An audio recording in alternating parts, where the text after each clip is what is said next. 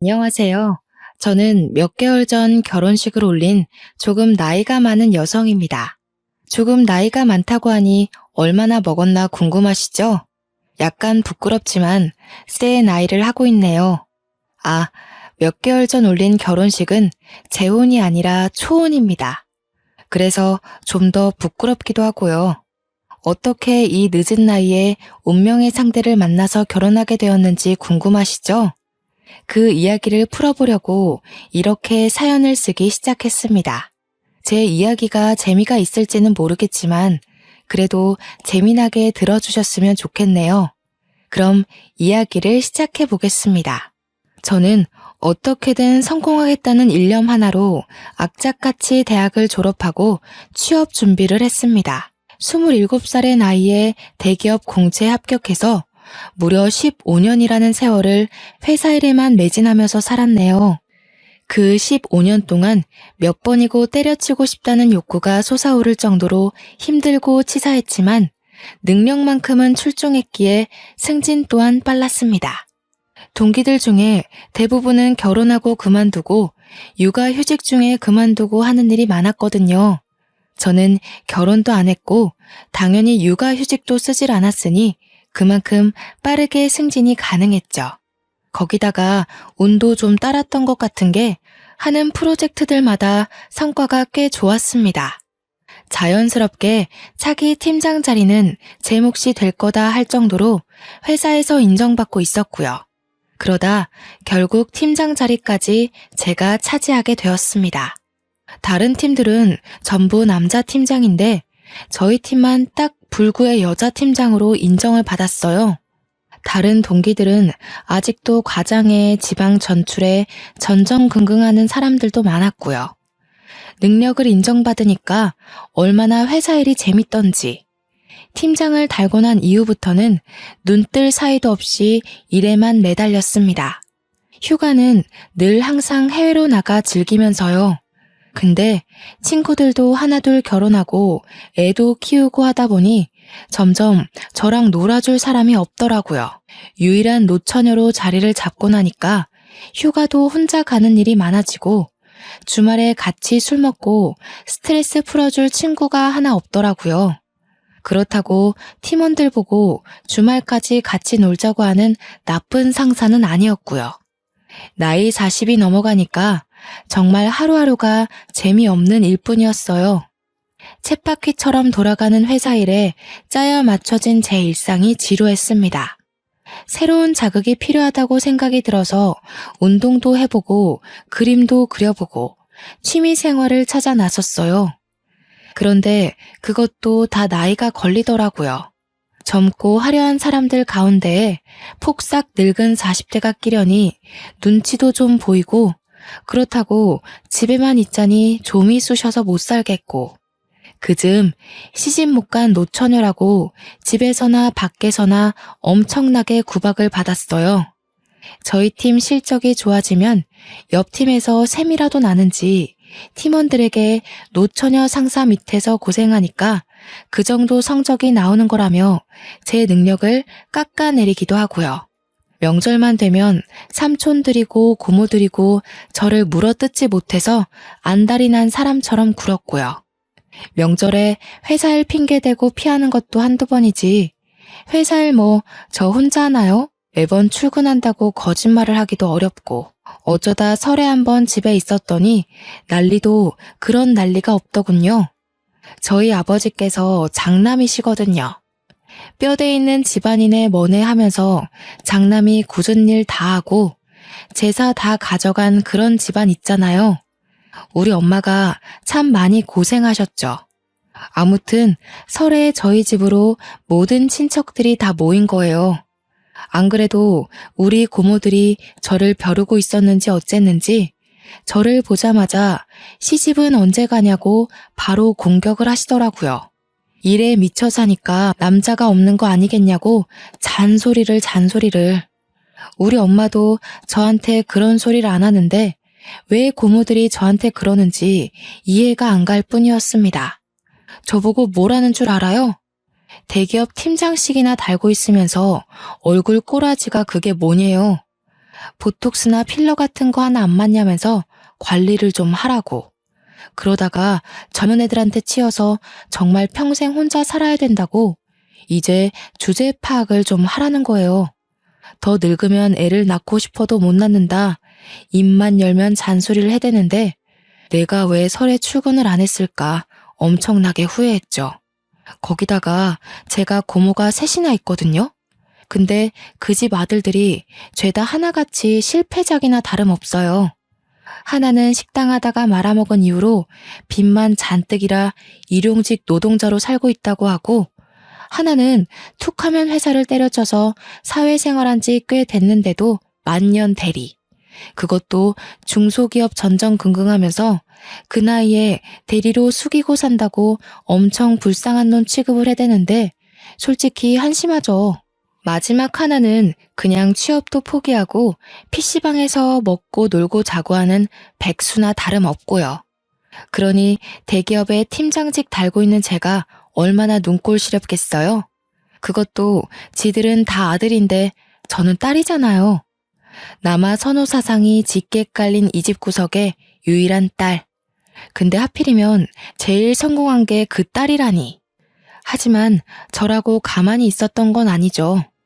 제가 저런 더러운 꼴 일일이 당하고 있었으면 대기업 팀장 자리에 곱게 앉아있을 수 있었겠어요? 제가 얼마나 싸움닭인지 모르고 저한테 덤비는 거나 마찬가지였죠.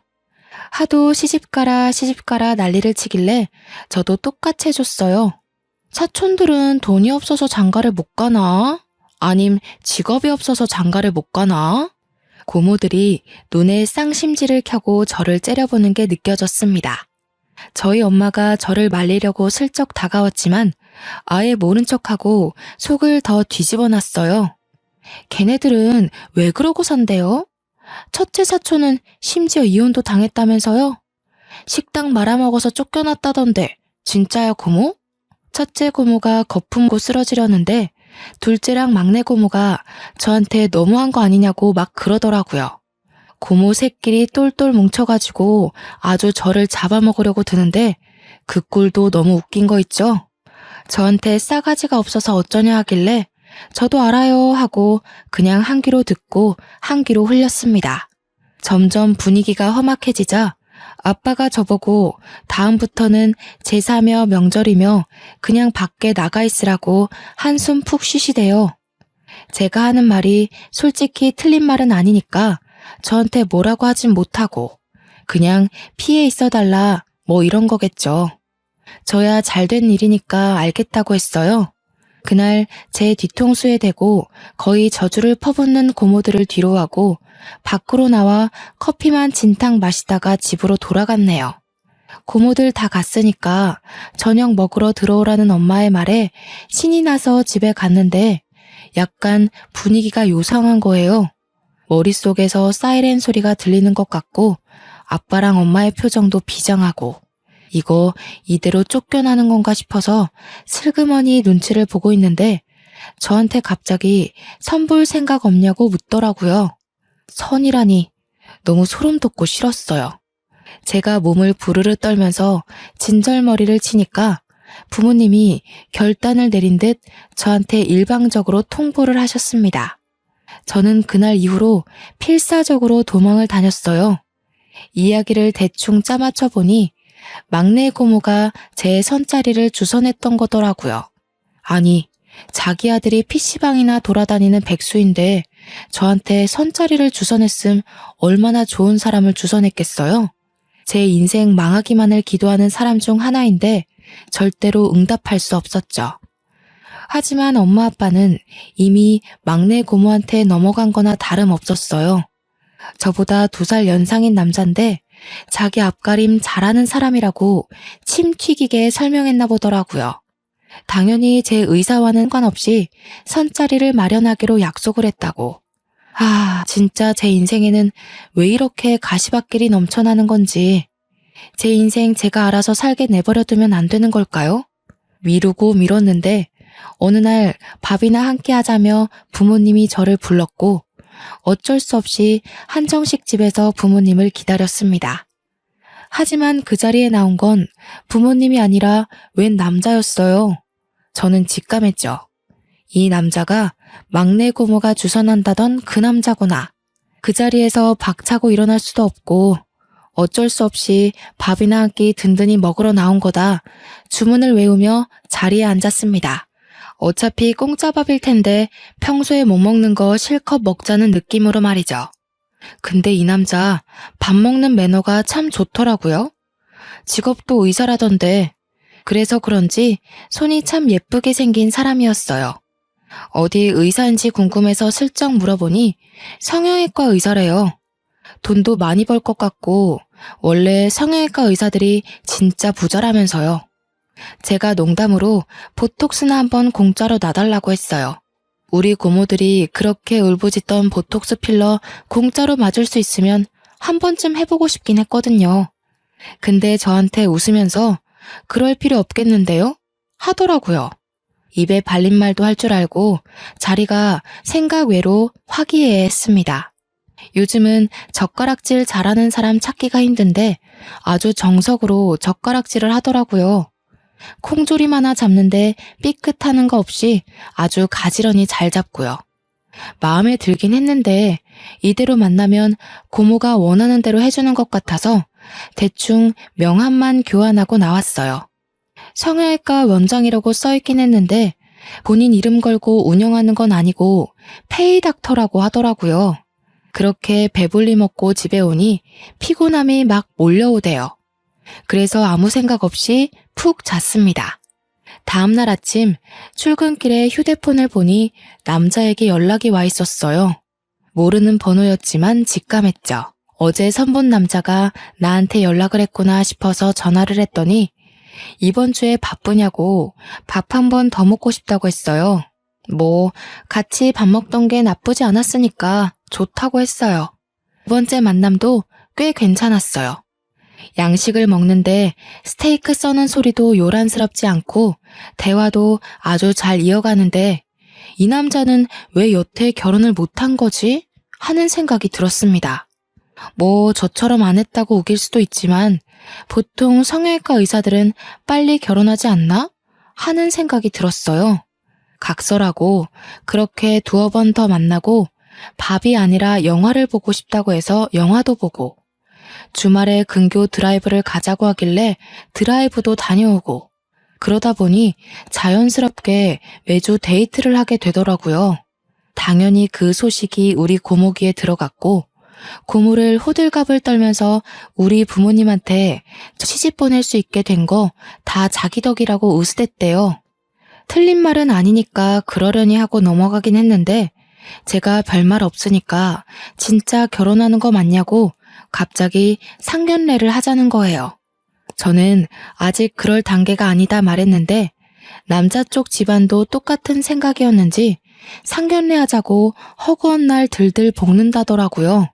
부모님들의 뜻이 의기투합되었으니 당연히 머리채 잡혀 끌려가듯 상견례 자리가 마련되었습니다. 눈 뜨고 코 베인다고 그렇게 갑작스럽게 결혼식 날짜 잡고 회사에서도 드디어 노처녀 시집가냐고 난리 나고 우리 막내 고모는 당연하다는 듯 저한테 명품 가방 카탈로그를 건네더라고요. 다 내가 주선한 자리인 거 알고 있지? 나한테 이거 800만 원짜리 명품 가방 하나 해주는 거 잊으면 안 된다. 우리 아빠도 못 해줄 거 뭐 있냐면서 저한테 카드 내놓으라고 하고 어쩔 수 있나요? 6개월 할부로 무려 800만 원짜리 숄더백을 선물로 대령할 수밖에 없었죠. 살면서 제 월급으로도 저렇게 비싼 거 사본 적이 없는 것 같은데 속이 쓰렸지만 감사한 마음으로 드렸습니다. 그만큼 예비 신랑과의 미래가 기대되기도 했고요. 아무튼 결혼 날짜 잡고 나니까 시모될 사람이 자꾸 저보고 만나자고 하는 거예요. 이제 편의상 그냥 시모하고 부를게요. 이 나이에 설마 시집살이를 시키려고 날 부르나 싶어서 긴가민가한 마음으로 만나긴 했는데 살이보다 더 기가 막힌 것이 있더라고요. 저는 정말 상상도 못했던 일이 벌어졌습니다. 저한테 만나자마자 종이 한 장을 쓱 들이밀더라고요. 이게 뭔가 싶어서 줄줄 훑어보니까 가관도 아닌 거예요, 글쎄. 결혼 서약서라고 적혀있는 종이에는 각종 질문들이 막 적혀 있었어요. 저한테 펜 하나를 건네면서 여기에 빽빽하게 채워 넣으라고 딱 팔짱 끼고 앉아서 명령을 하는데 기가 찼습니다. 결혼 서약서라고 적힌 종이에는 제 연애사를 적어라, 첫 경험 나이가 몇 살인지 적어라, 가진 재산이 얼마인지 샅샅이 적어라, 결혼 후 내조 계획을 적어라, 그리고 마지막에는 시부모를 어떻게 공경하며 결혼 생활을 이어갈지 적어라, 시부의 노후를 어찌 책임질 건지 적어라. 이딴 게 쓰여 있었어요. 저는 너무 기가 막히고 코가 막혀서 시모한테 이게 뭐냐고 물어봤죠. 제 눈으로 읽고 있었지만 정말 현실감이 하나도 없더라고요. 그랬더니 시모가 한다는 소리가 일종의 보험 같은 거래요. 자기는 뱉은 말 무조건 지키는 사람을 좋아한다면서 저한테 약속을 받아내는 거라고, 이대로만 지키면 1등 며느리다 하시는데 도대체 경험 나이가 뭐가 중요하다고 그걸 적으라는 건지 수치심까지 들더라고요. 말도 안 되는 서약서다 싶어서 빤히 내려다보고만 있으니까 얼른 적지 뭐하냐고 닥달을 하더라고요. 이걸 정말 적어가면서까지 해야 되는 결혼인가 고민을 하고 있는데 저한테 한 장을 더 들이밀더라고요. 이것보다 더 기가 막힌 게 있으려나 싶어서 쓱 받았는데 진짜 대기업 갑질도 이렇게는 안 하겠다 싶었습니다. 나머지 한 장의 내용도 궁금하시죠? 그 한 장에는 빼곡하게 가짜는 소리들이 써져 있었어요. 첫째, 아침밥은 꼭 차려준다. 둘째, 우리 아들 셔츠는 출근 30분 전에 무조건 다려놓는다. 셋째, 우리 아들이 신을 양말을 색깔 맞춰서 트렌디하게 매일 아침 골라줘야 한다. 넷째, 의사니까 손 조심할 수 있도록 분리수거, 설거지, 청소 같은 일을 시키지 않는다. 다섯째, 남편 월급에서 생활비를 받아 쓰고 며느리 월급은 전부 남편에게 맡긴다. 여섯째, 시부모에게 몇백만 원의 용돈을 주기로 약속한다. 일곱째, 회사를 그만둘 시 시부모의 허락을 꼭 받아야만 한다. 이게 전부가 아니었지만 일단 기억나는 건 이 정도가 있었습니다. 세상에, 이런 걸 종이로 남겨서 며느리도 아니고 예비 며느리에게 전달하는 미친 시모가 또 있을까요? 저는 세상에 태어나서 이런 굴욕적인 일은 처음 당해보는 거였어요. 항상 똑부러지게 할 말 다 하고 살았던 저는 업무를 볼 때도 절대 지지 않고 할 말 다 하면서 쟁취하는 스타일이었거든요. 그런데 고작 예비 신랑의 엄마라는 이유로 저한테 이런 갑질 아닌 갑질을 하다니 속이 시커멓게 타는 기분이었습니다. 우리 부모님이라고 제가 이런 취급받으면서 결혼하길 원하실까요? 저는 아니라고 생각했거든요. 그래서 저는 그걸 시모가 보는 앞에서 북북 소리를 내며 찢어버렸습니다. 일부러 보란 듯이 천천히 한 장 한 장 찢어버렸어요. 그러자 저한테 막 이런 발칙한 것을 봤냐면서 소리를 꽥 지르는데 그때 알게 되었습니다. 왜 그 남자가 그런 멀쩡한 모습을 하고 있음에도 불구하고 42살까지 장가를 못 갔는지 알겠더라고요. 그래서 저는 바로 예비 신랑에게 전화를 걸어서 말을 했어요. 내가 지금 당신 어머니한테 어떤 취급을 받았는지 알아? 나한테 결혼 서약서니 결혼 후 지켜야 할 양식이니 하면서 말도 안 되는 종이를 들이미시더라. 어머님께서 이런 식으로 나오니 그간 당신과 결혼할 여자들이 도망가는 거야 당연한 거 아니겠어? 제가 코앞에서 전화 걸어 이러고 있으니 시모 얼굴이 시시각각 변하더라고요. 빨개졌다가 펄해졌다가 아주 무슨 마스크쇼를 보는 듯한 느낌이었습니다. 한참 말없이 듣고 있던 예비 신랑이 저에게 지금 시모와 같이 있냐고 물어보길래 맞다고 했어요. 이런 식으로 굴면 나랑 헤어져도 다음 여자랑 결혼할 수 있을지 미지수네. 어떡할래? 지금이라도 가족이랑 인연 끊고 나랑 살래? 아니면 나랑 헤어질래? 제가 대놓고 고르라고 하니 시모가 기겁을 하면서 지금 무슨 소리를 하는 거냐고 막 따지고 들었어요. 우리 아들이 얼마나 효자인데 가족과 인연을 끊겠냐면서 저한테 생긴 것만큼 독하다고 막 욕짓거리를 뱉는 거예요. 저보고 당장 전화 끊으라고 하면서 2번 다신 우리 아들이랑 연락도 하지 말고 만나지도 말라고 하는데 시모의 그 자신만만한 얼굴과 태도도 꼴 보기 싫더라고요. 그런데 거기서 예비 신랑이 저한테 딱 잘라서 너랑 헤어질게 한 것도 아니고 잠깐 며칠만 생각할 시간을 달라고 했어요. 그 이야기가 휴대폰에서 흘러나오니까 시모의 얼굴이 창백해지면서 입을 떡 벌리는데 제가 이긴 것 같은 기분까지 들었습니다. 시모는 부들부들 떨면서 현실을 받아들일 수 없다는 입장이었어요. 저는 될 대로 되라는 식으로 대놓고 시모에게 이야기를 했습니다. 어차피 잘 되어도 시댁과 인연을 끊을 거니 만날 일 없고 안 되면 헤어지는 거니 더더욱 만날 일 없는 사람이니까요. 본인 아들이 소중하고 최고라고 생각하셨으면 다른 집 딸도 소중하고 최고라는 걸 알고 계셨어야죠. 언제까지 이런 얄팍한 수로 좌지우지하려고 하셨어요? 이제 선택은 그의 몫이니까 저는 더 이상 얼굴 마주하는 일 없었으면 좋겠습니다. 아니, 잠깐. 내가 경솔했어. 아무리 그래도 그렇지 어떻게 자식과 부모 간의 연을 끊으려고. 제가 선택했나요? 그이가 선택할 몫인걸요. 지긋지긋했을 수도 있죠. 저한테 이러지 마시고 아드님이랑 이야기를 나눠보세요. 저는 태연하게 그 자리를 박차고 나왔습니다. 정말 42살이나 먹고도 의사임에도 그것도 돈 잘 버는 성형외과를 하면서도 왜 장가를 못 간 건지 의문이었는데 속 시원히 알게 되었죠. 말 맞다나 시모의 저런 못된 농간질로 인해 장가 못한 거라면 적어도 이 사람에게 문제는 없다는 뜻 아니겠어요? 저도 어차피 결혼 같은 거 귀찮다고 생각했었던 사람이니까 이 사람이 가족을 선택해도 저한테 크게 충격이 올 것도 없었고요. 그냥 무작정 이 남자의 연락을 기다리게 되었습니다. 매일같이 결혼식 준비다 데이트다 꾸미고 나가던 딸이 집에서 내내 시간을 보내니까 부모님께서 안달이 나셨나 봐요. 저한테 넌지시 물어보시길래 이걸 말할까 말까 고민하다가 속 시원하게 털어놓았습니다. 그랬더니 우리 엄마 완전히 거품고 쓰러지시는 거 있죠? 세상에 노망난 게 틀림없다면서 어디 그런 걸 들이미냐고요. 고모들이 우리 집에 와서 난동 부릴 때마다 엄마가 맨날 시집살이 시키는 집엔 절대 시집 못 보낸다고 했었거든요.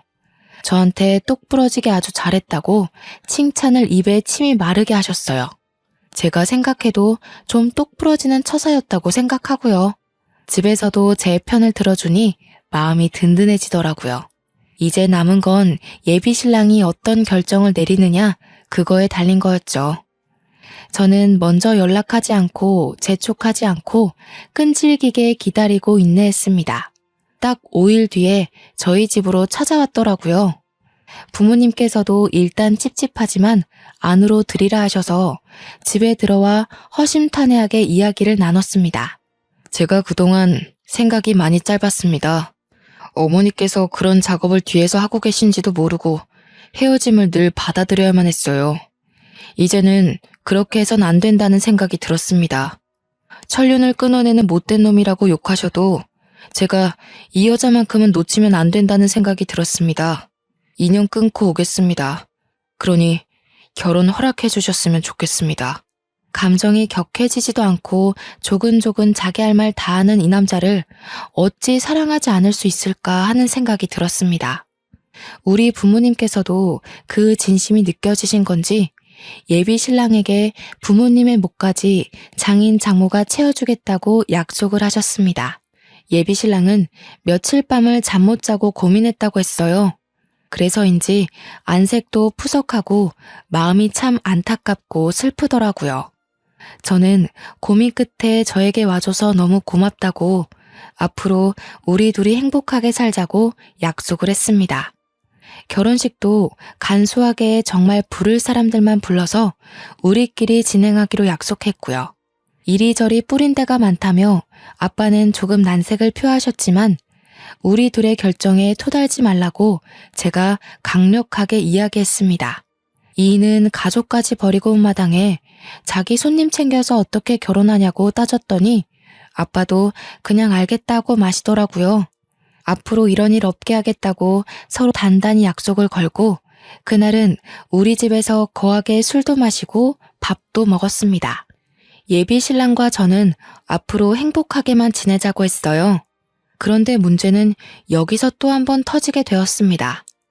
우리 막내 고모가 저랑 남편을 이어준 거였다고 했잖아요. 굳이 선자리를 들이밀어서 저와 남편을 만나게 해준 1등 공신이기는 하나 속사정이 따로 있었던 거였어요. 고모가 집으로 찾아와서 아빠한테 난리를 쳤다는 거예요. 엄마가 몰래 전화 걸어서 이야기를 해줬는데 글쎄 아빠한테 이 결혼 절대 시키면 안 된다고 그 집 완전 또라이 집안이라고 욕을 했대요. 아빠는 이게 또 뭔 소린가 싶어서 이야기를 잠자코 들었대요. 근데 막내 고모가 한다는 소리가 그 집 시어머니가 엄청난 집착쟁이고 아들이라면 치마폭에 쌓아 키워가지고 거의 아들 스토킹하는 수준이라고 욕을 했대요. 제가 시집가면 그 집에서 평생 종노릇 해야 될 거라면서 절대 결혼시키면 안 된다고. 자기도 그거 나중에 듣고 알아서 지금 한달음에 달려온 거라고 하면서 미리 알아서 다행이지? 고맙지? 그랬다는 거예요. 아빠가 이건 또 뭔 소린가 싶던 거죠. 그래서 막내 고모한테 그래도 사위가 자기 집이랑 연 끊고 살기로 했다고 이야기하면서 일단 선 마련해 준 건 고맙다고 했대요. 인연이 이어지려고 하니까 어떻게든 이어진다면서요. 근데도 불구하고 고모가 집에서 안 나가고 버티면서 당장 헤어지라고 하라니까 하면서 소리를 지른 거죠. 뭔가 이상하게 생각한 엄마가 첫째 고모랑 둘째 고모한테 막 전화해서 물어본 거예요. 아무것도 모르는 척 하면서요. 아니, 막내 고모가 갑자기 우리 사위네 집안을 폄하하면서 이야기하니까 찝찝해서 그러죠 뭐. 언제는 간이고 쓸개고 빼줄 것처럼 빨리 결혼하라더니 왜 저러는지 몰라? 아직도 몰라? 근데 이상하네. 선자리 주선해준 것도 막내가 그 집에 돈 빌려서 대신 선자리 주선한 거잖아. 근데 갑자기 왜 또 마음을 뒤집고 결혼하지 말라고 난리지? 엄마가 모르는 척 되물었대요. 돈을 빌렸다뇨? 하니까 첫째 고모가 술술 불더라는 거죠. 알고 보니 시댁에 3천만 원을 빌린 게 있었대요, 막내 고모가. 하나뿐인 아들이 맨날 PC방 전전긍긍하다가 돈이 없어서 중고마켓 사기를 쳤는데 그게 줄줄이 엮여서 합의금을 냈어야 했다네요. 급하게 3천만 원이 필요한데 우리 집에는 이미 빌려간 돈도 있었고 하니까 그나마 돈 있는 제 시댁에 빌렸던 거죠. 근데 시댁에서 3천만 원 안 갚아도 되니까 좋은 여자 선자리 하나 알아봐 달라고 한 거예요. 그래서 고모가 옳다구나 싶어가지고 저를 들이민 거죠. 나중에 말 바꾸고 싶어도 가족 사이에 돈 달라고 하기도 애매하고 하니까 술을 쓴 거예요. 마침 제가 대기업에 다니고 있었고 연봉도 억 단위니까 어디 가서 꿀리지도 않고요. 고모가 제 연봉을 막 말하면서 며느리가 대기업 다니니까 매달 용돈 받으면서 살면 3천만 원보다 더 이득이다. 이런 식으로 꼬신 거예요. 예비시댁도 계산기 두드려 보니 틀린 말도 아니고 거기다가 한 번 만나고 오니 아들도 제가 좋다고 하고 그래서 시댁에서 좋다고 저 소개받고 3천만 원의 빚을 탕감해 주기로 했는데 그 결혼 서약서 때문에 모든 게 틀어진 거예요. 아들이랑 며느리 피 빨아먹으면서 노후 떵떵거리고 살겠다 싶었는데 아들이 뜬금없이 결혼 성공하고 싶다며 부모와 절연을 선언해버렸으니까요. 그러니까 막내 고모한테 그 불똥이 팍 튄 거죠. 너 때문에 다 망했다. 다 우리 아들 돌려내라. 파혼시켜라. 어떻게든 이 결혼 못 막으면 너 나한테 3천만 원 당장 갚게 될 줄 알아라 하면서요. 고모는 단돈 3천만 원 때문에 저를 팔았다가 지금은 수습하느라 계속 저희 집에 찾아와서 제 결혼을 뜯어말리는 거였고요.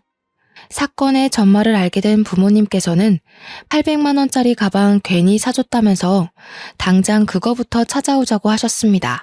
저는 사건이 하루 걸러 마구마구 터지니까 정신이 없었어요. 그 와중에 저를 3천만 원에 팔아먹고 저한테 800만 원짜리 명품백까지 뜯어낸 막내 고모를 경멸하게 된 건 당연한 거고요. 제 이야기를 들은 예비 신랑도 진짜 표정이 딱 굳어버리는데 무섭더라니까요. 아빠가 안 그래도 고모네 집 찾아간다고 벼르고 있는데 막내 고모가 또 집으로 찾아왔더라고요. 하필이면 제가 집에 있을 때 찾아와서는 저한테 막 이 결혼하지 말라고 난동을 치는 거예요. 저희가 3천만 원에 대한 속사정을 모르는 줄 알고 저한테 막 예비 신랑 험담까지 하는데 우리 엄마가 참다 결국 폭발하고 말았죠. 아니 신우, 너무한 거 아니에요? 우리 딸한테 선자리 주선한 것도 그 3천만 원 때문이라면서요. 근데 이제 와서는 3천만 원 갚으라니까 결혼하지 말라고 난동을 부려요? 아니, 올케가 그걸 어떻게 알았어요? 내가 진짜 일이 꼬일라니까 한도 끝도 없이 꼬이네. 사정 다 알았으니까 내가 솔직하게 이야기할게요. 그 집에 3천만 원 대신 갚아줘요, 그럼. 저는 완전히 벙쪘죠. 그 돈 빌려다가 아들내미 합의금으로 써놓고 이제 와서 왜 우리 보고 보따리 내놓으라는 격인지 제가 코웃음을 뻥치니까 막내 고모가 씩씩거리면서 저보고 너만 아니었으면 일이 이렇게 꼬일 것도 없었다고 하더라고요. 솔직히 그 서약서가 뭐가 어떻고 어떻다고. 그냥 네네 하고 받으면 되지. 그걸 따박따박 따지고 들어서 일을 이렇게 만들어? 이래서 여자가 사회생활 오래 하고 그러면 피곤한 거야. 아무리 그래도 집안 어른인데 네가 그러면 되겠니? 고모가 돈 갚아야 해서 이러는 거지. 내가 잘못한 거 하나도 없거든요. 선택은 신랑이 한 거지 제가 종용한 게 아니라고요. 그리고 그 3천만 원을 왜 우리가 갚아요? 고모 아들이 사고 쳐서 합의금 낸 건데 우리가 왜 갚아주냐고요. 고모가 저한테 삿대질을 하면서 저리 정이 없냐고 돈도 잘 버는 게 돈 좀 주면 안 되냐 막 그러는데 진짜 사람이 이렇게 뻔뻔할 수도 있는 건지. 그 말을 듣던 아빠가 화가 머리끝까지 차오르셨는지 막내 고모한테 지금 당장 나가라고 꼴도 보기 싫다고 소리치니까 그제서야 좀 목소리가 줄어들더라고요. 우리 아빠 진짜 무서운 사람이긴 하거든요. 동생들한테 한없이 다정하고 착하게 굴다가도 수틀리면 눈도 안 마주치고 끝까지 꽁에 있는 그런 사람이요. 3천만 원만 갚아주면 당장 나간다니까. 내가 오죽하면 이러겠냐고 오빠. 이게 아직도 정신 못 차리고 무슨 소리라는 거야 진짜. 우리 딸이 너한테 800만 원짜리 가방 사준 것도 내가 다 알고 있다고. 그걸 네가 무슨 자격이 있어서 받아? 그 가방부터 내놔. 그러니까 고모 얼굴이 새하얗게 변해서는 우물쭈물 하더라고요. 암만 그래도 800만 원짜리 가방을 빼앗기긴 싫겠죠. 그러면서 아주 얄밉게 이야기를 하더라고요. 내가 급전이 필요해서 그 가방 팔아서 없어. 800만 원짜리라더니 금매로 파니까 500만 원밖에 안 주더라. 이왕 받을 거 더 큰 걸로 받았으면 이런 일도 없었을 텐데. 너 지금 그걸 말이라고 하는 거야? 당장 따라 나와. 고모네 집이 우리 집이랑 동만 다른 같은 아파트였거든요. 아빠는 제 팔을 덥석 잡고는 앞에 있는 고모한테 앞장서라고 했어요. 고모가 말귀를 못 알아들으니까 당장 너네 집으로 가자고 하면서 고모의 등을 떠밀었습니다. 고모가 뭐 별 수 있나요? 아빠의 불아리는 눈에 고모가 잔뜩 쫄아가지고 현관문을 열었습니다. 아빠가 문 열리자마자 집안을 샅샅이 뒤지기 시작했어요. 그러더니 옷방에서 가방을 하나 꺼내오더라고요. 네, 바로 제가 사준 800만 원짜리 명품 가방이었습니다. 그 가방을 꺼내서 제게 딱 주시는데 고모가 막 절규를 하더라고요. 아니, 치사하게 줬다가 뺏는 게 어딨어? 그리고 따지고 보면 내 덕에 둘이 결혼하는 건 맞잖아. 그 가방 내 거야. 소란 피우지 말고 얌전히 있어. 이거 사주라고 내 딸한테 말한 게 쪽팔리다 쪽팔려. 그러면서 저한테 이거 환불하기 늦었냐면서 저보고 가지라고 던져주었어요. 제 돈으로 산 거니까 제가 갖는 게 맞죠 뭐. 팔았다고 거짓말한 것도 가방 빼앗기기 싫어서 마지막 발악을 한 것 같은데 결국엔 찾아내서 가지고 오니까 고모가 막 매달리더라고요. 저한테 이미 준 거 아니냐고 제발 달라고 막 애원을 하는데 이깟 가방이 뭐라고 이렇게까지 하나 싶었습니다. 제 바지가랑이 붙잡고 매달리는 고모의 손을 아빠가 탁 쳐내더니 그러길래 남의 일에 뭐 그리 참견을 해대냐며 잔소리를 퍼부었습니다. 저는 속으로 얼마나 고소했는지 몰라요. 고모들이 매 명절마다 찾아와서 잔소리할 때 아빠는 그냥 듣고만 있었는데 그게 마음에 다 쌓여 있었나 봐요. 우리 딸은 너희 아들이랑 달리 사고도 안 치고 똑부러지게 자기 할 일 다 하는 녀석이라고 하면서 이깟 가방 네 아들 보고 사달라 해라 하시는데 엄마도 뒤에서 엄지척 하시고 저도 아빠에게 새로운 모습을 본 것 같아서 속으로 박수를 막 쳤습니다. 아빠가 딱 쐐기를 박으셨어요. 너 그 3천만 원 갚을 때까지 내 눈앞에 띄기만 해봐 아주. 감히 우리 딸 가지고 장사한 것도 열이 받아 죽겠는데 나더러 네가 빌린 3천만 원까지 갚아달라는 소리를 해대? 고모가 아무 말도 못하고 우물쭈물 있자 아빠는 혀를 끌끌 찼습니다. 스스로 벌어서 그 돈 다 갚으면 그때 얼굴 보고 살 테니까 그전까진 얼굴 비추지도 말어. 명절이고 생일이고 은근슬쩍 낄 생각하지 말란 말이야. 넌 그 돈 갚을 때까지 내 동생도 아니다. 알겠냐? 고모는 막 울면서 오빠는 자기 마음은 하나도 몰라주고 어떻게 그럴 수 있냐고 막 오빠 미워 라며 소리를 질렀죠. 자다 깬 사촌동생이 나와서 이게 다 무슨 일이냐 하며 배를 벅벅 긁고 있는데 진짜 백수 한량 새끼 답이 없더라고요. 지네 엄마 울고불고 하는데도 뒤에서 하품이나 쩍쩍 하고 있고 아빠는 그런 사촌동생 보면서 정신 차리라고 한마디 하고 결국 막내 고모가 첫째, 둘째 고모한테 전화로 막 호소하기 시작했습니다. 그 이야기를 들은 고모들이 우리 엄마한테 쓴소리를 내뱉기 시작했죠. 이게 다 올케 딸내미 때문에 생긴 분란 아니냐고 어떻게 가족끼리 싸움이 나게 부추길 수 있냐고 투덜투덜 거렸다는데 옆에 듣던 아빠가 전화기를 뺏어받고는 첫째 고모, 둘째 고모한테도 욕을 했대요. 그딴 소리 할 거면 너네도 전화하지 말고 찾아도 오지 말라고요. 명절에 와서 일손 하나 도운 적이 없는 것들이 입만 살아서 사람 피곤하게 한다고요. 결국 예비 시댁에서도 저한테 잘못했다고 그런 서약서 따위 챙기지 않아도 되는 거라고 미안하다고 하는데 저는 무시했죠. 예비 신랑이 이미 절연하기로 마음먹은 상태인데 제가 이제 와서 용서하면 그 결심이 하찮게 되잖아요. 그래서 우리는 원래 예정했던 대로 정말 친한 친구들의 초대해야 될 몇 명만 불러서 제주도에서 스몰 웨딩을 했습니다. 시부모님 당연히 초대 안 했고요. 우리 부모님만 모셔서 가운데 혼주석 마련해서 했어요. 당연히 막내 고모도 참석 못했고 첫째 고모랑 둘째 고모는 눈치를 살살 보면서 오더라고요. 제가 의사한테 시집 간다는 소리를 들었는지 넌지시 병원은 어디니? 하면서 묻는데 그냥 대충 대답해 드렸어요.